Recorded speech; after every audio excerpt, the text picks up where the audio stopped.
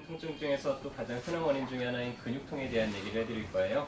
가끔씩 손가락이 뻐근해요, 손이 좀 땡겨요 이런 느낌을 가지고 이 호소를 하면서 찾아오시는 분들이 있는데요.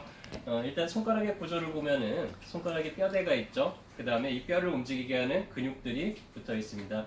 주로 손가락 사이에 붙어 있는 근육들로도 움직이지만은 손가락에 아주 강한 힘을 주는 근육들은 다 팔뚝에 붙어 있어요. 그래서 팔뚝에 붙어 있는 이 근육들이 힘줄로 손가락하고 연결이 되어 있어서 이 팔뚝에 있는 근육의 힘으로 인해서 손을 펴고 구부리고 할 수가 있죠.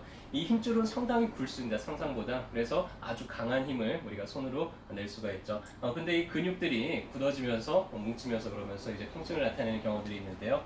주로는 뭐 안 하던 일을 갑자기 한다든지 아니면은 하던 일도 그날따라서 너무 많이 했다 그러면은 이제 근육의 젖산이 많이 축적이 되면서 그러면서 이제 통증을 일으킵니다. 급성적으로 나타나는 통증들도 있지만은 반복적으로 계속 손을 사용하다 보면은 점점 이제 근육이 굳어지면 이제 피가 잘 안 통하잖아요. 대사가 잘 안 되면서 점점 더 굳어지는 게 가속화되면서 아주 만성적으로 그런 통증을 일으키는 경우들도 있습니다. 주로는 손을 많이 사용하시는 분들한테 나타나겠죠. 뭐 이렇게 마사지 주무르는 일을 한다든지 아니면 손으로 뭔가 이렇게 주방 일을 한다든지 아니면은 뭐 무거운 걸 들고 작업을 한다든지 이렇게 팔에 손에 힘을 많이 쓰시는 분들한테는 근육통이 잘 나타날 수가 있는데요. 이 팔뚝에 있는 근육들이 뭉쳤을 때 그 근육이 뭉친 자리에서 아프지는 않아요. 대체적으로 좀 가장 약한 부위에서 통증을 느끼게 됩니다. 그러면 그 근육에서 가장 약한 부위는 아무래도 가장 얇은 힘줄 부위에서 이제 통증을 느끼겠죠. 그래서 팔뚝이 뭉칠 때 주로 이 팔뚝에서 아프다기보다는 손목에서 아프거나 통증을 손가락에서 느껴지는 경우들이 많아요. 자, 근육이 굳어져서 나타나는 통증들의 몇 가지 특징들이 있는데요.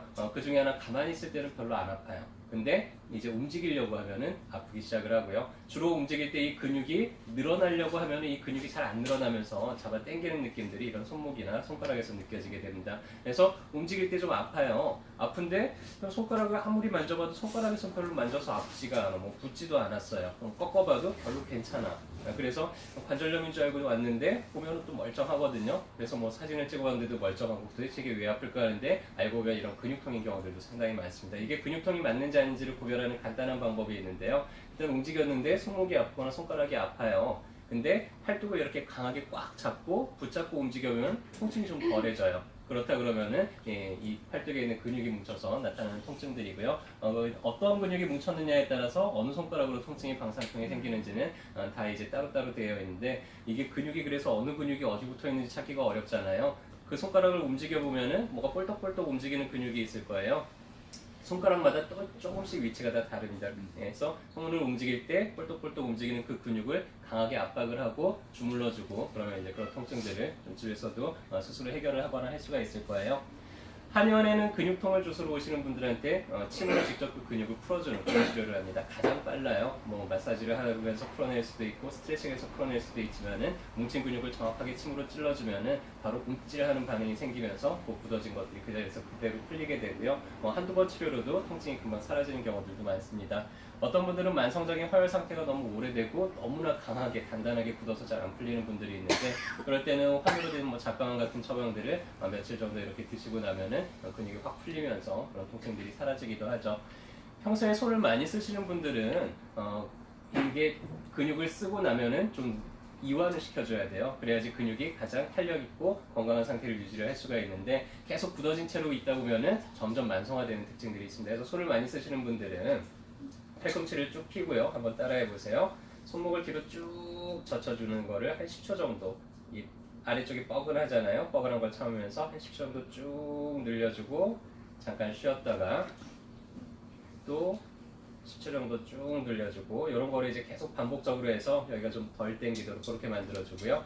반대로 이 위에 있는 근육들도 손목을 이번에는 아래쪽으로 꺾어서 꼭 당겨줍니다.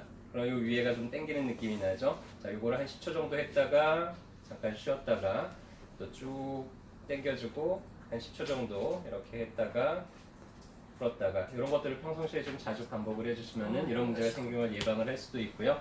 또 문제가 생긴 거를 좀 회복시킬 수도 있겠죠. 집에서 자꾸 이렇게 스트레칭 해주고 주물러주고 했는데도 손가락이 계속 아프다. 그럼 이제 어디 가서 치료를 받아요? 맞기 너무 한이었냐. 아이고, 네. 씩씩하게 잘 대답해주셔서 감사드리고요. 네, 모두가 알고 있는 정답이죠. 네, 저희가 날마다 알려드리는 이런 내용들이 여러분들 건강을 지키고 주변 분들과 함께 좀 건강한 생활을 유지하는 데 도움이 됐으면 좋겠습니다. 오늘도 진료 잘 받으시고요. 건강한 하루 되시길 바라겠습니다.